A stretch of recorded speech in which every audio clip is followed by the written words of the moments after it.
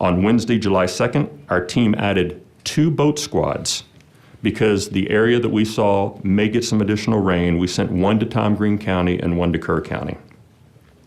There was a press release that I'll share with you here in a minute on the 2nd, that we were also adding Parks and Wildlife, the Department of Public Safety, TxDOT, the Forest Service, AgriLife, the Public Utility Commission, the Railroad Commission, TCEQ, and DSHS to our teams to be ready to support weather that was coming up. What we did know, we knew we were going into a holiday weekend. We knew that we needed to ensure resources were available from those local governments that we would want to stand up for water teams, for search and rescue teams, for medical teams if they were needed. And we're going to talk in just a second about where they might have been needed. At that time, when we released our press release on July the 2nd, the National Weather Service largest forecast was for San Angelo. And that forecast was likely 2 to 3 inches of rain, less likely, their words, less likely 4 to 5 inches of rain.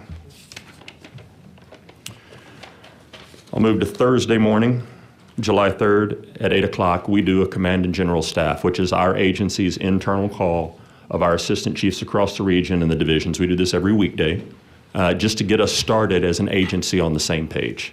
It lasts usually 12 minutes, maybe 13 minutes from time to time. If there's something going on, they last a little longer. At our 8 o'clock command and general staff call, some forecast models by the National Weather Service had some outliers. The area of concern that we were looking at was 35,000 square miles across Texas. Let me put that in perspective. That's the state of Indiana, or Maine, or Vermont, New Hampshire, Massachusetts, Connecticut, and Rhode Island combined was the area of operation that we wanted to have resources ready to support our local government partners. That was 44 counties in Texas.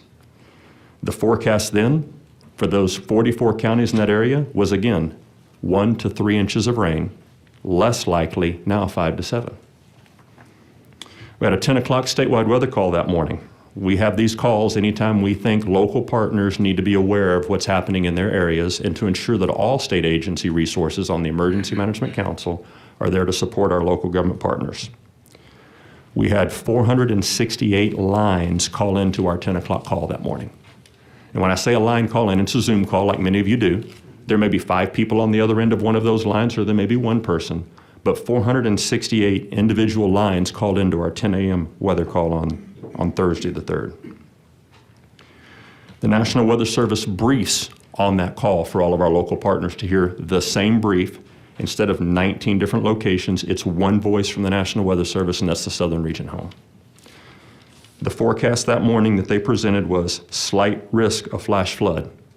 On their scale, it was a level 2 of 4. That was for Central and West Texas.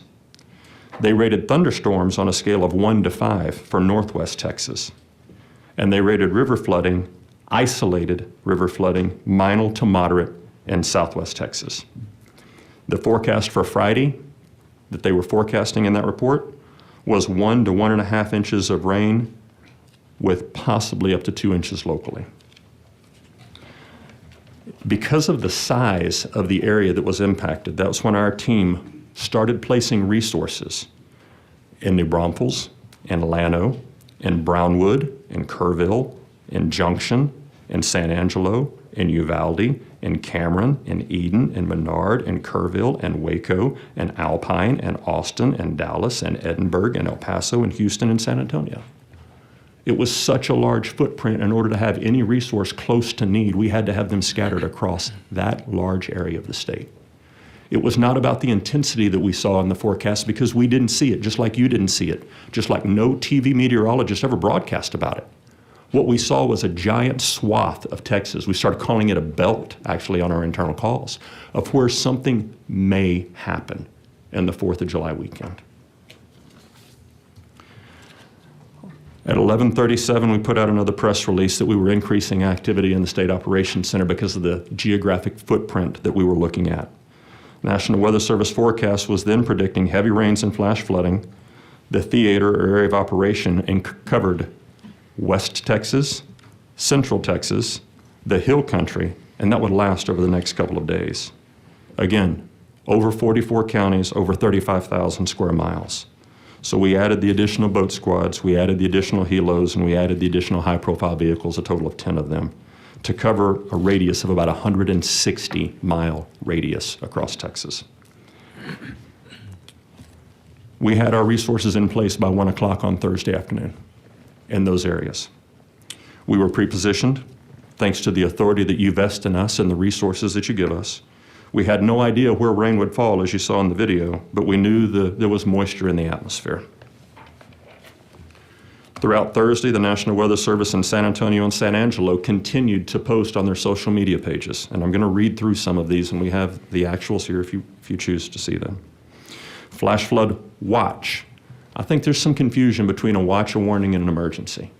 And I would encourage all of us to go back and look at those actual definitions, because a watch is just be aware. Know that something might happen. But even in their definitions, it says no guarantee of flooding, just a watch. Flash flood watch, 1 to 3 inches, likely, 5 to 7, less likely. Potential impacts could be rivers, creeks, streams, low-lying flood-prone areas. On Thursday, July 3rd at 3:20 p.m., the National Weather Service San Antonio then says heavy rains possible across some areas of central Texas, especially western hill country, southern Edwards Plateau, and the Rio Grande. Chances of rain decrease on Friday, with drier weekend and hotter conditions ahead. 18 minutes later, the Storm Prediction Center says, hot and humid for the Midwest. This is the national scale. Hot and humid for the Midwest. Wet and much cooler for the southern U.S. Severe storms and heavy rain, flash flood possible in the upper Midwest and plains, and heavy rain possible in the Northwest Rockies and Florida. No mention from the Storm Prediction Center of any severe weather in Texas. Again, Thursday, 6:56 p.m., the National Weather Service San Antonio says showers increasing across the hill country, west of I-35, from San Antonio to Austin, expanded through this evening. At 7:37, now we're at a flash flood watch still for the hill country, the Edwards Plateau, locally heavy rains possible. Potential over to Highway 90 corridor, southern Edwards Plateau, hill country, expanded to the I-35 corridor. Rains will decrease for Independence Day, but isolated showers may continue. It's 7:37 on the Thursday before, the night before. At 7:58 and again at 8:21, flash flood watch. Watch again, Bexar County, Gillespie Canyon, Kendall, Llano, and advisories for Mason, McCullough, and San Saba. So the area is still continuing to expand, but still at a very, very low intensity level. 8:54 p.m., National Weather Service San Antonio, 1 to 3 inches of rain, 5 to 7 less likely across the flood watch area, 44 counties. The hill country to 281, Bexar, southern Edwards Plateau, and the Rio Grande. 9:30 p.m. on Thursday night, National Weather Service San Antonio, pockets of heavy rain in Kendall County, headed towards Gillespie and Blanco County. 1 to 2 inches have already fallen within the last 3 hours, and more rain is on the way. At 11:17 p.m., National Weather Service San Antonio, pockets of rain continue across the hill country, more development expected through the evening.